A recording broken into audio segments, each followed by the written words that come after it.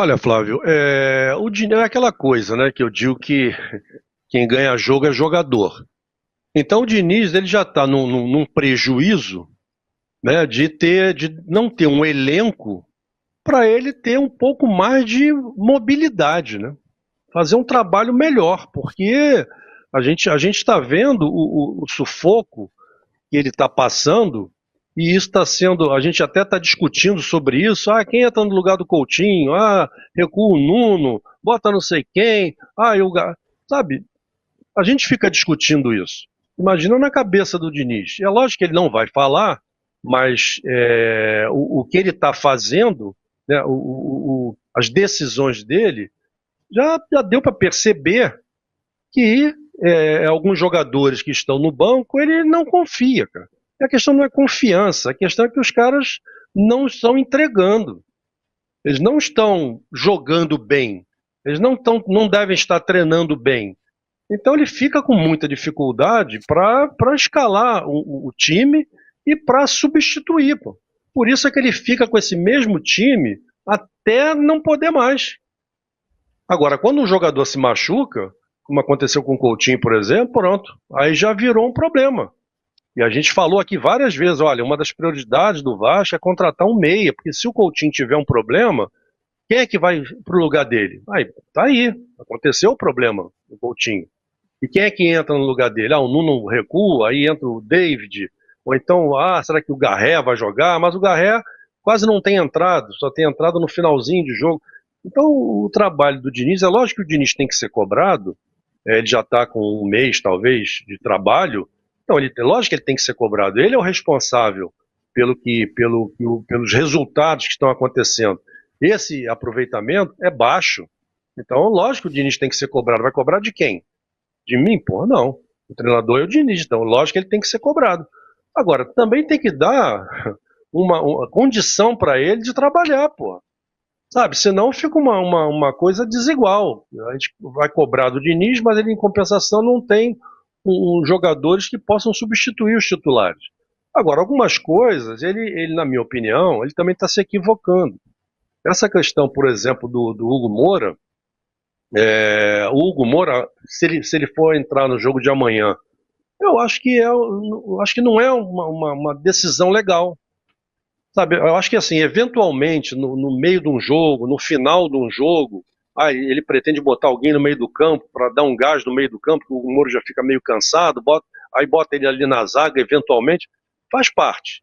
Agora, você começar um jogo com o Hugo Moura, pô, eu acho que não é legal, eu acho que não é bom, porque o ataque do Del Valle, por exemplo, é um ataque muito rápido, e o Hugo Moura não é rápido.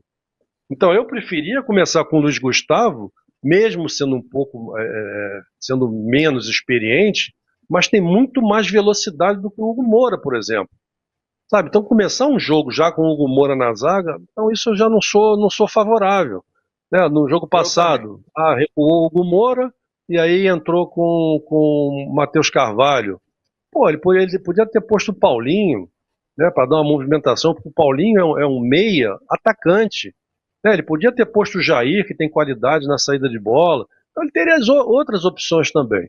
Então essas são umas questões que são de responsabilidade dele, são opções dele.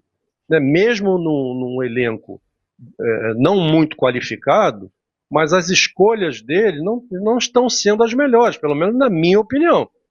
Então eu vejo por aí. Ele não tem um elenco qualificado para trabalhar? Não, não tem. Ele tem ali na conta do chá, como o próprio Jean falou, você falou também.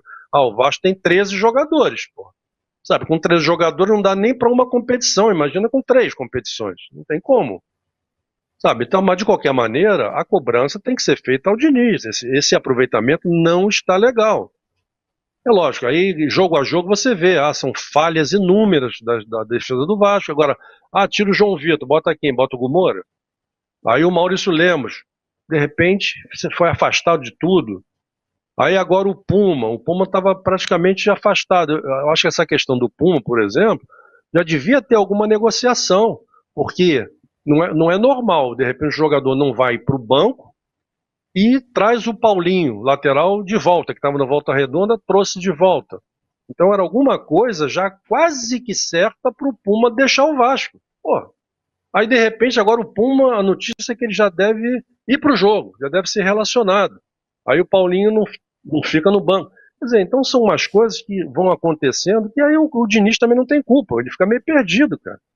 Agora, de qualquer forma, ele é o comandante.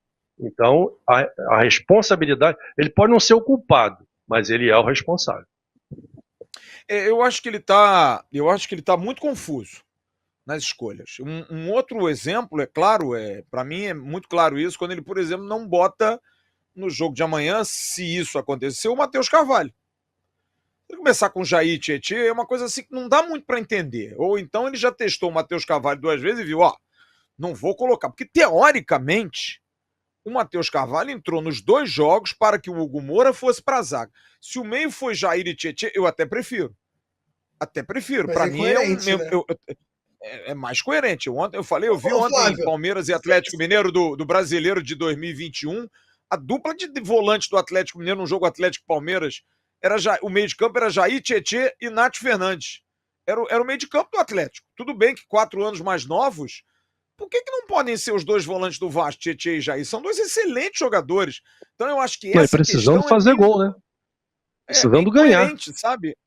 É um pouco essa incoerente, é um pouco incoerência, assim. Flávio, sabe o que está lembrando? Não o modus operandi como um todo, mas a prática em si. Lembra da época do Ramon Dias, que a gente questionava muito isso? Essa incoerência, um jogador é titular num jogo, aí depois ele não é nem Sim. relacionado, aí ele tá no banco. Tá parecendo um pouco isso, né? Essa incoerência, mas como vocês falaram, acho que ele tá muito confuso.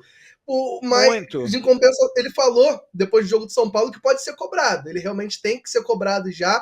Esse aproveitamento que ele tá tendo, vamos combinar, gente, vamos falar a verdade aqui.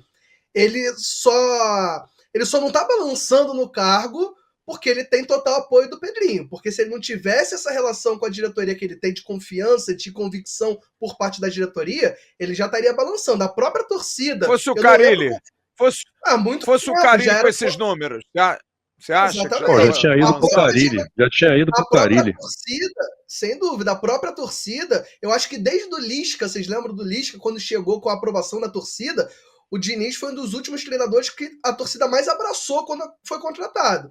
Mas a própria torcida, em parte, já está questionando, já está pedindo, já está botando na conta dele. Eu sou contrário, eu defendo o Fernando Diniz, eu acho que o material. Porque vamos fazer a linha de raciocínio aqui em relação à posição. A gente fala de 13 jogadores, mas na prática, na zaga nós temos o João Vitor, que sabemos, jogadores que a gente pode contar, tá?